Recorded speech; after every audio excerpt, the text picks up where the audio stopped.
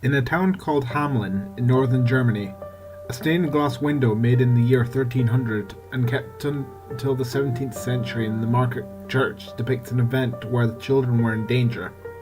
A more chilling documentation from the town's chronicle in the year 1384 reads, "It is 100 years since our children left." This is the account of the Pied Piper, named for his fanciful or pied clothing and the silver pipe he played.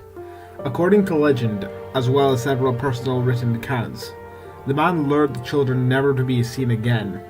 One documentation from a Lunenburg town chronicle from 1430 to 1450 reads, "Here follows a marvellous wonder who transpired in the town of Hamelin in the diocese of Minden in the year of our Lord 1284, on the feast of Saints John and Paul.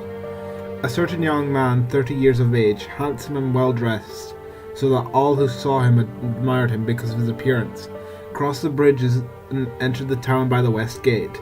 He then began to play all through the town a silver pipe of the most magnificent sort. All the children who heard his pipe, in the number of 130, followed him to the east gate, and out of the town to the so-called execution place or Calvary. There they proceeded to vanish, so that no trace of them could be found.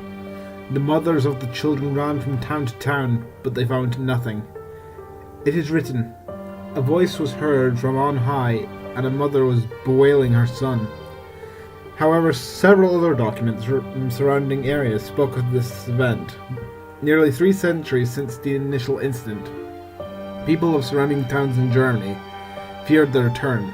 A chronicle of the town of Bamberg in 1553 reads, "There is also a mountain which lies approximately a rifle shot away from this town called Cavalry, and the townspeople say that in 1283 a man was seen, possibly a musician, wearing clothing of many colours and possessing a pipe, which he played in the town, whereupon the children in the town ran as far as the mountain, and there they all disappeared into it. Only 2 children returned home, and they were naked. One was blind and the other mute. But when the women began to look for their children, the man said to them that he would come again in 300 years and take more children. 130 children have been lost, and the people of this place were afraid that the same man would come again in 1583. The number of children and the precise names of the areas all match, something very rare for history, especially in Europe at that time.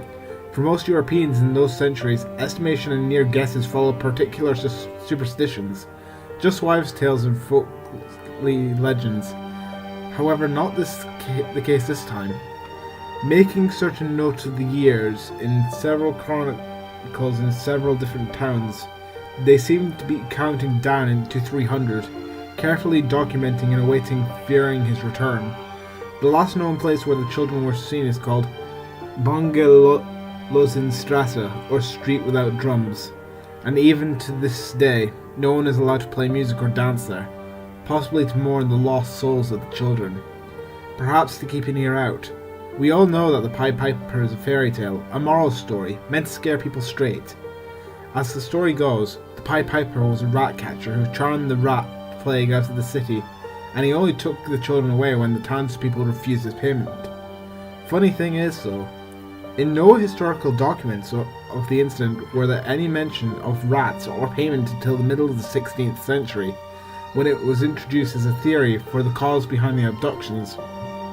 The theory arose out of the idea that maybe he had come to rid them because of the Black Plague, and that could be a nice theory if the plague had been around in the 13th century, but it wasn't. Not until over a century later would the plague have been even remotely dangerous to the little town of Hamelin. One has to wonder though, how many of fairy tales were we told as children are truth?